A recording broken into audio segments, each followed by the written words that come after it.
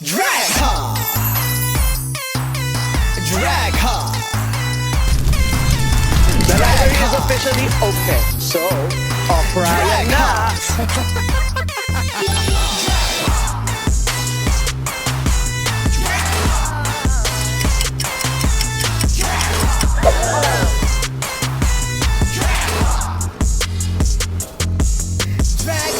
Boogsh, I'm Migz, the ultimate drag superfan and the host of Drag Ha, the newest, the freshest, the gaggiest Drag Race Philippines recap series. Joining us today in our second episode is the empty stomach mainstay queen and actress drag cartel winner, the one, the only, Maxi Monyeka! Hey! Hi girls, hi boys, and everything in between. You are in for an awesome show today because it is moi, the Maxi Monyeka, your co-host for Drag Ha. So watch us prepare as we transform to all this fabulousness. Stay tuned. Not the dress. It's Hello, Queen! Oh my God! How are you doing po? I am awesome, Mix. How are you? I'm doing awesome then. Okay, Queen. First off, as we are getting ready ngayon, ano ang inspo mo for your look? I want something that's very like fresh lang, like mother of the bride look na medyo not so overpowering, pero let's see kung anong mangyayari later. Because, you know, doing the makeup is really unpredictable. We don't know. So let's see. It's always a surprise. Later, tignan natin kung maakma ba sa Girl Group Challenge. Girl, ni Queen. I'm so excited. I am so excited for this. Let's go! Okay, let's go! So now, Queen, let's break down the juiciest moments of this week's episode.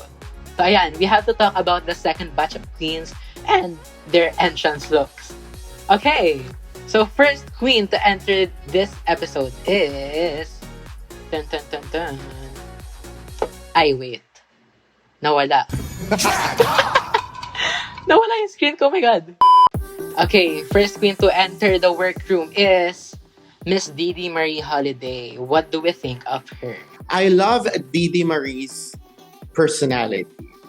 However, this look is just a bit off the rack for me. I think I've seen her perform. I've seen her looks during her performances, and I think she can serve more. The horns could have been more horny. I don't know. I'm horny. Pero ayun, it looked like parang two stuffed horns na nilagay lang sa costume. It's okay. It's an okay look. I would give it like Actually, for Didi. and for you, Queen, nagets mo ba yung reference niya? Or like, is she referencing something po dito sa look niya? Because for me, for Didi Holiday, parang hindi ko na-gets kung bakit yun yung entrance look niya. Is she referencing something? I don't know. I didn't get it. Kasi 'di ba parang it should be representative of your drag. At first, when she stepped in, I thought she was going for Maleficent. Pero apparently, it's not. Pero yung nakita ko na yung buong look. I mean, I don't get me wrong. I love Didi. I love her. I love her to death. Pero that look was a bit basic for me. Drag ha. Eme. Di ba, Queen, medyo close naman kayo ni Miss Didi? May I Yeah. know po, saan po kayo like nagkita ganyan, first meet nyo, if naalala nyo pa? Hindi naman kami super close. Pero nagkaroon kami ng show together. We guested sa isang event. It was Didi and Astrid Mercury. The girls are so nice. They're so nice. And I resonated with Didi because every time she opens her mouth, you can tell that there's brains there. There's like something there. Magaling. It's very intelligent. Kaya nga, ayun. So we hit it off right away. Kahit yung sound niya lang po, parang kahit anong sabihin niya, parang ang tali-talino niya, gano'n. And she sounds, the bitch sounds amazing. I have never heard someone who could be on radio and TV at the same time. Even yung laughter niya. Ganun niya. Parang ang ganda pakinggan. Plus yung personality niya, she's very nice. Diba? It's really difficult to unlike a nice person. Yeah. Okay, so that's it po for Miss Didi Holiday. Oh my God. Next queen, Miss Astrid Mercury. What do we think of this look? All right. I like this look. I think she looks beautiful in this look. I'm just not quite sure if this represents her drag. Ooh. Can I compare it with the first season? Go lang, Queen. Kasi With who? when I remember when Silhouette walked into the room, there was so much personality with that black outfit. That black outfit made a statement, made a mark sa akin, and that hair. Ngayon, when I see ganong length na black human hair, it's Silhouette for me. So that should be like parang, that should be the feeling. I don't know. As a viewer, that should be how I feel when I see the look. Diba? Real. Pero for me po, Queen, I think I have to disagree with that. Cause feeling ko ang na-interpret ko here sa entrance look ni Miss Astrid, like, she's a look queen. Ganon. She can serve you fish. And I think that's her brand. Like, very babaian talaga siya. Again, it's a good look. I just don't know if it represents her, like her entire package. Next queen! Parang wala pang pumapasa. Oh my God, I'm so sorry. Let's see. Okay, speaking of good look, ito na.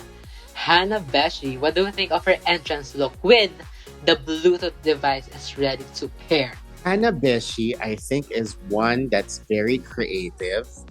I love this bitch. I love her. I think she's very innovative and she knows how to make her own costumes. Is a plus for me. Pero this look, ang first time ko na-notice kasi when she entered kasi she had the boombox sa head niya. So I can see the silhouette. What I can say here is the corset that she's wearing is fucking expensive. Mahal yung corset to have that kind of silhouette. So I know for a fact na mahal yung corset. Pero ano bang representation nito? I think it gives a campy queen. Ganon po. Because she is nagets ko a sa campy look queen. niya. Yes. And we get it. So it worked. I like the look. Finally, Okay. we agreed on something. Period. Okay, next queen. Will we agree? Verushka Levels. What do we think of her? I think mag-agree tayo dito. But let's see kung ano. Oh, I love this look. I love this look. The headpiece with metal, the red-orange hair, the dark eye makeup, and the dark lipstick. It is giving. I am living for this look. Ano masabi Period. mo, Queen? Sa entrance line niya na, bitch, the goddess is here. Do we agree? Is the goddess there? Well, there's someone there. I'm not sure. There's someone else there. I have yet to discover. It's yet to be disclosed if there's a goddess there. Okay. Right now, I think she can blame it There's on the someone editing, I guess. Pero I love the look. The Yes, look. we like it, actually. Let's just talk about the look. The look is beautiful. It's giving. It's giving me goddess. But the thing with Verushka is, during her promo video, I fell in love with how articulate she was. She sounded very confident. She sounded very sure of herself. And then come this episode, maybe I was expecting another version of Verushka. Ooh. I would have wanted that articulate, intelligent girl that I saw during the promo video. Kasi ngayon parang medyo meh yung performance for me. Pero again, it's just the first episode. So hindi pa natin talaga alam if she's really the drama of the group. We still don't know. We're looking forward to that. Right now, it seems like she is. Pero let's see. There's a lot of personality in this batch. Real. And speaking of personality, ito na nga. Next queen to enter the workroom, Bernie, the one and only. What do we think of her? Oh my God, Bernie is meant for TV. The personality, the sense of humor, her presence. I mean, she is ready. This girl is ready to slay this competition. And she is not playing. She's not playing. Kung sinabi niya na watch out kasi maliit man ako pero nakakapuwing din, bitch, seryosohin nila yon. Kasi really nakakanginig ang presence ni Bernie. Have you met her na ba, met Queen? Bernie. Yes, I've also met Ayan. Bernie. And she's really sweet in person. she's tiny. She's small. Pero she's really sweet. She's really nice. She's always smiling. She's really humble, very vivacious and sexy. Totoo yan, Queen. And actually, hindi ko po masyadong, kilala pa si Bernie. But from this entrance look, parang feeling ko, gets ko na kung sino siya talaga. Correct. And for a Queen to show up ng ganon, and nagets ko as a viewer, very props to her po for that. Dahil nagets ko talaga yung anong madideliver niya here sa competition. Correct. Okay, next! I think the last Queen here to enter the workroom here sa episode na to, I see Ovi Kuntz. What do we think of this look? Ovi's look is very true to her brand. I know she's an alternative queen. And I appreciate that it is not just full-on scary alternative. So, glamorous pa din siya na atake ng alternative drag, which I really appreciate. It's an acquired taste. Either you love it or you don't. I love it because it's very fashion-forward. And her personality, girl, the personality is Let's talk something about that. else. The personality is something else. Again, Diba? if she is meant for TV. And yung entrance line din niya na parang makuha ka sa tingin, ganon. With those Siyang siya contacts, talaga. yes. Makukuha ka talaga sa tingin. We love her. I think one of my most favorite then na entrance look here sa episode na to. Yeah. And I'm also one of my favorite characters in season 2 also. Let me just say. A sweet girl. She's also giving me drama. She's slightly a bitch, but she's very intelligent. She's so articulate that I hate her because of being so brainy. And yet you would want to hear all her opinions, even if you don't like it, even if it's just her being bitchy. She is very entertaining. Very entertaining. Yeah. Okay. So after that, after magchikahan ng mga queens nung nagkamit na sila, sumunod na nga yung mini challenge, which this time had our queens posing with a non-venomous snake. Ayan, for their photo challenge po. So, Queen, what do we think of this? If ever na ikaw ang sasalang dito sa photoshoot challenge na, carry ba? I would slay it. I'm not scared of snakes. I'm not scared of snakes. Siguro I would be squeamish dun sa first batch, yung tarantula. Ah, yes. Oo, kasi medyo I don't like creepy crawlers, pero hindi naman din ako squeamish with that. Pero I just don't like it, yung feeling. Pero snakes are okay. So, ayun na nga, Queen, with this photoshoot challenge, Verushka Levels was the winner. Do we agree na siya ang nag-slay? She looked good. She looked good sa photo. Really. Verushka, even if they're playing her as the villain, you have to give it to her. She translates very good on TV, on photo. She's very beautiful. Tsaka gusto ko din yung pose ni Ovi. I know she was struggling kasi oh my God. True, yung baby. Yung bini-baby ni Ovi. I was living for that moment. Diba? Oh my God. Sabi ko, gago tong tao na to, nakakatawa. Tapos it was very genuine. Pero she ended up ganon yung pose niya eh. It was true to her brand. Napakaganda nung kuha niya. Ang ganda. Okay, so after the photoshoot challenge, Mama Pao interviews the girls about their preparation for the girl group challenge. And then, Astrid Mercury was assigned to do the last part. Eh di ba nga sabi ni Mama Pao, the girls will fight for the rest. So, Queen, why did Verushka assign the queen spots? I think Verushka underestimated what Astrid can offer. Oh, she already saw Astrid parang weakling ng group, I guess. Kaya nilagay niya sa last. Pero alam mo naman, this is a game. This is a game. It's a competition. I don't think there's a move there na hindi kalkulado at hindi mo sinadya. Clock that C. Oh, anyway. So ayan, Queen, about the Maxi Challenge, nag-record na sila with the fourth impact. And then after recording, they are left on the stage to choreograph their verses. Tapos ito ang chismis. Bernie was tasked to help and lead the choreo. Pero, si Verushka, ang daming sinasabi. She wants to lead, malaiva la queen, na dalawa-dalawa ang paa. So what do we think of that? I expected so much from her because, yung packaging niya is drag queen from Hong Kong. So yung drag scene there is quite eclectic, according to her. So I was expecting like an eclectic performance. Instead, I got meh. Drag hot. Meh. Meh. True. Mm-mm.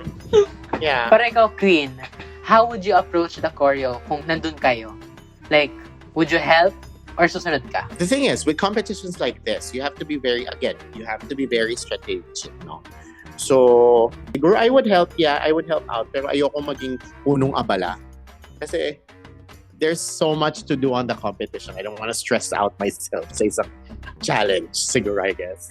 And if there's other people who are willing to do it, then let them. True. At saka siguro kahit ako din naman, siguro if I think dancer ako, like for me, hindi ko gugustuhin mag-lead ng group. Diba? Like sa girl group challenge. Kasi Sabi nga, di ba ng saying, kung kayang gawin ng iba, pagawa mo sa kanila. Pagawa mo sa kanila. Tama, Right? kasi this is a competition, di ba? Right. I would focus my energy on things that matter. Like my Really? personal performance, diba? Diba? I wouldn't spend so much on how others would fare during the challenge, diba? That's the Oo, challenge. Kumbaga problema nyo na yan, gano'n. Problema mo na yon. Totoo. Diba sabi ko sa'yo, I was going for something that's very light and fresh. Look at this. Look at this. Light and fresh. So trust the process. Okay. Continue, Okay, so after the choreograph, about the Maxi Challenge, and Maxi Challenge na, Queen, sinong pinaka-bet mong verse sa kanila? Sino nag-stand out sa'yo? Bernie. Ooh. As a Bernie, D-Day. cheers! Oh, D-Day. Di ba? Oo. Simple, pero rock. Totoo. Oo. I think for me naman, Queen, si Ovi. Like, ang ganda ng verse niya. Sobrang catchy. Naalasas nga ako actually. Yung Boogsh, the bitch. Mutya ng etivac. Di ba? Mutya na every back. Oo. Yun, maganda yung phrase na yun. Maganda yung line. Pero ikaw, Queen, kung kasali ka sa Girl Group Challenge, what do you think yung maging lyrics mo if you're in there? May pinapare ka ba sa amin dyan, Queen? Oh my God, may pasample pala dito. Oh, sige. Let's go. Let's go.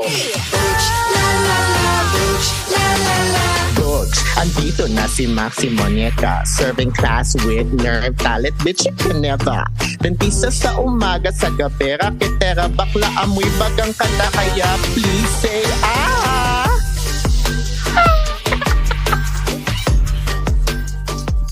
Period. Clock that scene. Sino pinatatamaan mo, Queen? May pinatatamaan ka ba Wala sa cast? naman. Pero bato-bato sa langit. Ang tamaan, magmumog. Diba? Please visit your dentist. Please utang na loob. If you love your loved ones, kung may pera Maawa kayo naman pang kayo. nectar, utang na loob. Pero di ba, Queen, nasabi mo nga dentist ka. Yeah, Nagkaroon I ka ba am. like ng patient na drag queen din? Share mo naman, Queen.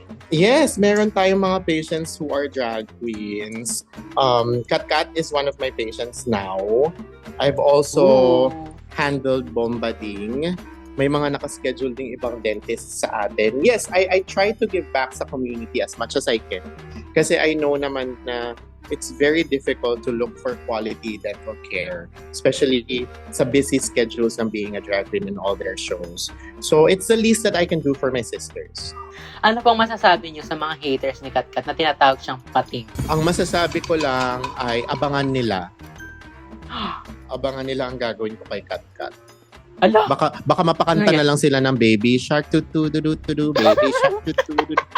Katkat is a very nice person. She is also an acquired taste. So, yun ganun din. Kagaya ni Ovi, you can either like her or hate her.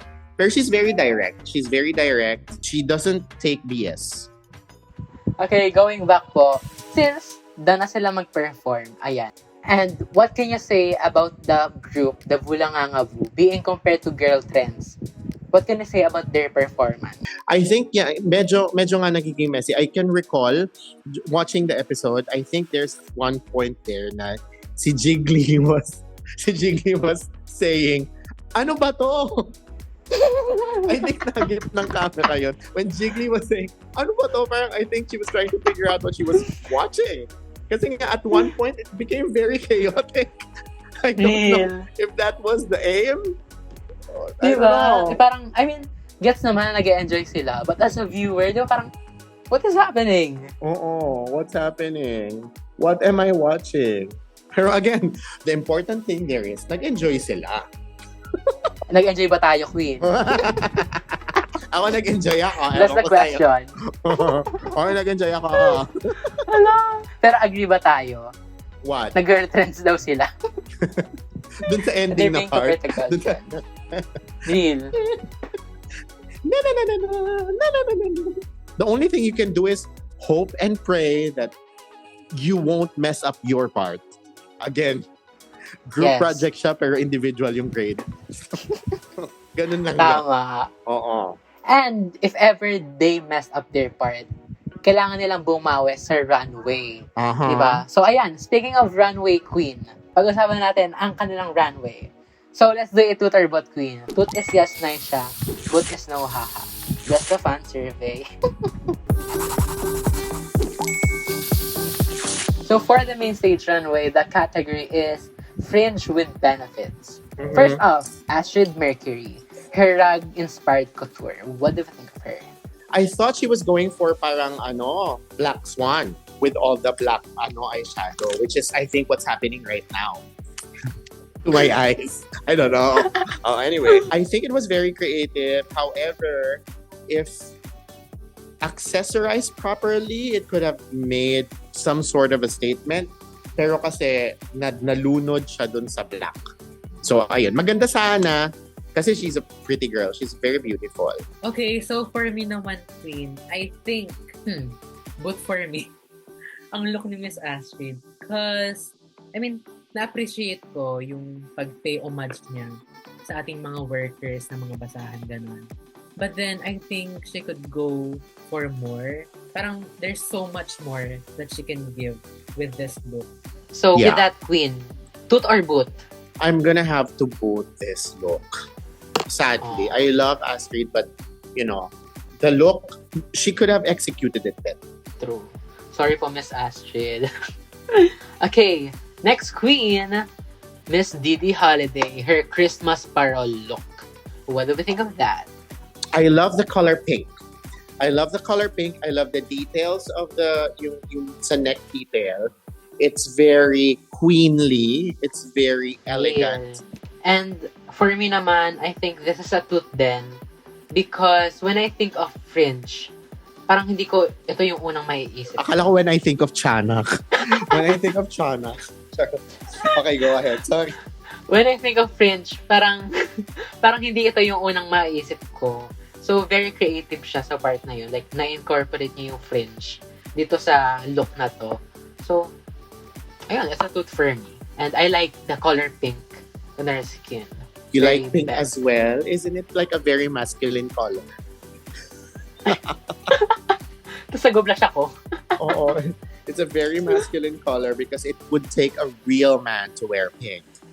Period. Mm-hmm. Okay, so toot for Miss Didi. It's a toot for Miss Didi.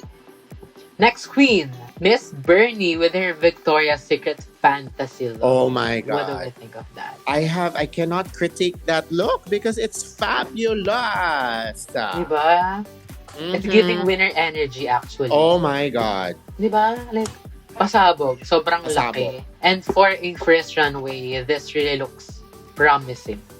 And so, I told you that bitch came prepared, girl. That bitch came prepared. Do not underestimate. And considering na she is an icon, she's living up to that level talaga. Yeah. So, props to Miss Bernie. My God. I think this is a shoot. It's a shoot. It's a shoot? It's a sure toot. It's a shoot. It's a sure toot. As a dentist queen. Definitely. Okay, next up. Miss Hannah Beshi with her noodle couture. What do we think of that? Yeah. I feel really bad that Verushka called this look basic. I think there's so much creativity in this look. She's the one with the she's the one with the Nissan Cup noodles. Yes, with Hannah Beshi as the brand. I think this look is very creative. It's very campy and true to her brand. It's beautiful. I love the color yellow, no? And she looks delicious. So yeah, I don't know why Verushka called it basic. That Diba? girl needs to have her eyes checked. Period. And maybe her teeth too. Eme. Yeah. Ayusin mo na daw, Queen Eme. So, is it a tooth or a boot? It's a definite toot for me. Period. It's a tooth for us, Miss Hannah Beshi. Love that look. Bisaya represent. Okay, next queen is Ovi Cunt with her balete-inspired look. What do we think of this? Again, being true to her brand, Ovi looked very creative. Pero, for me kasi the judges like the look eh. The judges Yes. like the look. Pero ako, I have a different feeling dun sa look. Pwede pa siyang ma-drag up a little bit. It's a toot. It's a toot, pero it's a half toot. It's a half toot for me. And siguro as a viewer, medyo hindi ko na-enjoy yung runway niya na to. But the judges liked it. So I'm assuming na maganda siya in person. Diba? But I think sa screen, hindi nabigyan ng justice. Hindi siya nag-register. Like, to be honest, ang messy niya tignan. True. But I really like the concept. With yung everything ballet. else hanging, no? Parang medyo messy. Yes. So I think it's a soft tooth then for me. Yeah, it's a half toot for me. So the last queen for our runway, Miss Verushka Levels, wearing her rented couture na sinuot ni Nicole Borromeo. What do we think of that? I loved the look. I think it was creative. Pero, again, it wasn't original. The idea wasn't original kasi nga she rented it. Siguro, I think that's where everything transpired from. So, yun siguro. Oh. Pero I like the look.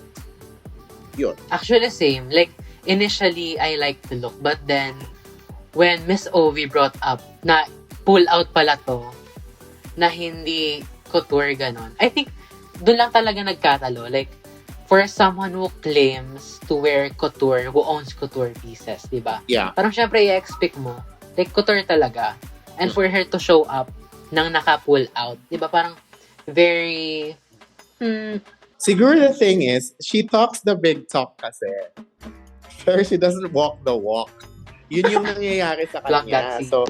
So yun yung nangyayari sa kanya ngayon. Parang people are trying to pluck her because of the things that she said. What do you think?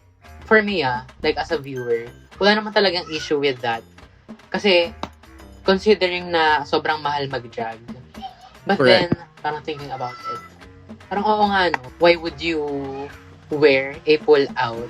And if ever na mag-wear ka man ng pull-out, like, why not make it customed? Diba? Or, o kaya, i-adjust mo for you. I think yun yung point ni Ovi. Na pwede mo Yes. namang, pwede ka namang mag-pull out pero pwede mo siyang i-custom. So with that, is it a tooth or a boot? It was a tooth but became a boot for me. Actually, I think same po. Lalo na nung knowing na punit yung likod niya. Oo, di ba? So parang St. Peter. Clock, bitch, sabi nga ni Obi. Di ba? Binring up niya, sabi niya, can we ask for her to turn around? The nerve. Grabe.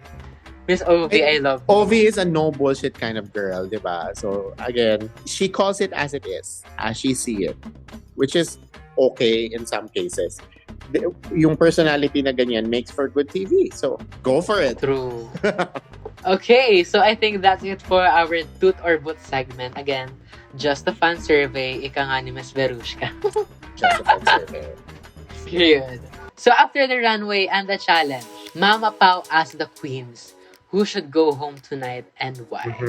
Queen, if you are part of this batch, who would you pick to go home and why? Silang 5.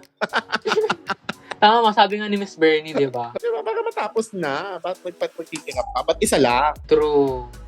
And with that question, Queen, di ba since medyo off nga ang naging runway ni Miss Astrid and yung performance niya rin, anong masasabi natin sa pagpili niya sa sarili niya? Like, she threw herself under the bus. I felt bad for her kasi she felt very helpless for me in my opinion, no? Kung ganon, siguro sana lumaban pa din siya kasi it is a competition and tama yung sinabi ni Ovi na andyan ka because they saw something in you na worth. So, sayang naman if you throw yourself under the bus. Very nakakasad lang din. And I think Diba? it's because of Nakakalungkot. the pressure din. Very big personality this episode. So I think doon talaga siya na-down. Na-overwhelm siya, no? Real. Okay, so with that, most of the queens answered Verushka to go home. What do we think of that? Do we agree, Queen, na si Verushka? Yun nga, she talks the big game, pero yung delivery is meh. In-announce na kung sino ang challenge winner. Which is Miss Bernie. Oh, yeah. Do we agree? Yes! I think agree naman. Diba? Very deserved. Deserving. That outfit, the performance, she was the highlight of this episode. And with that, ang safe queens natin ay si Ovi, si Didi, and Verushka. Oh, yeah.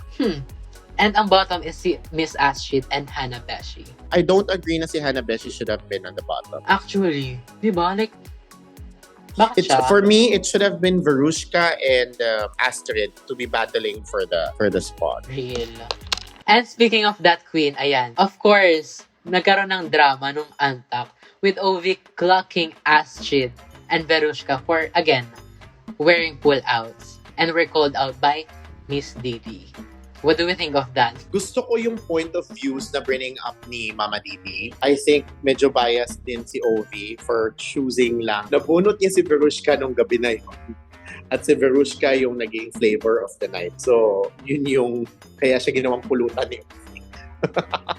What is with the bandana? Ito ang aking look na nag-bride. Like, very summer vibes ang atake natin dito. And with like the hair na parang diba? Fresh, yeah. It's a toot. It's a toot for me. After the untuck, in-announce na ang bottom queens, which are Hannah Beshi and Miss Astrid. And unfortunately, Miss Astrid got eliminated. Yeah. Do we agree na siya ang na-eliminate with that lip sync? Yes.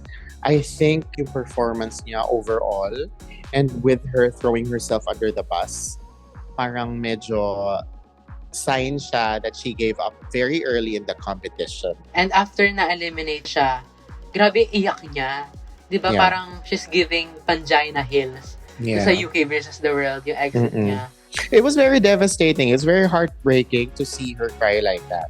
Kasi legit na she felt really bad. Pero yun nga. With competitions like this, kasi you only get that one chance to make a big impact. So make it work. True. Okay, so with that, Queen, i-ask kita, who are you currently rooting for? I would go for yung pinaka-natural sa kanilang lahat would be Arizona Brandy. She does not give a fuck. Diba? She does not. That girl feels like she's in Wawawi. I don't know if alam ba niya na nasa Drag Race PH. Lalo na yung sa Antak, sabi niya, no. Very Pinoy drag. I love her. So that's it for our second episode, recapping Drag Race Philippines. With that, we encourage our audience to support our guest host, Maxi Monyeka. Miss Maxi, go plug your socials. Ayan, saan ka ba lang mahanap? Hi girls, this is Maxi Monyeka of Empty Stomach PGC. Please follow me on my social media. It's @Maxi_Monyeka on Instagram and TikTok. Please like all my videos. And also, if you like my comments and performance on this episode, do not forget to tip your queen. You can also catch me on one of my shows here on Empty Stomach PGC every Friday and Saturday. And as a dentist, you can also visit my clinic for any dental needs. We have one in Makati, one in Eastwood, and another one in Cainta, Rizal. So if you follow me, you would be able to find where my clinics are. So that's it. Thank you for watching. Period. And we also invite our audience to be our guest host for our upcoming episodes. You can register through the link on the description box, and you can also join us every Wednesdays as we host our very own watch party for this brand new season of Drag Race Philippines. So, make sure to like and subscribe and follow all our socials to be updated about Dragha. That's a wrap on Dragha's second episode. Again, I am Migz, the ultimate drag superfan, and join us next week as we dive headfirst into more glitter, shade, and frizz competition. Draghang salamat and stay gay, mga dragings. Bye! Bye!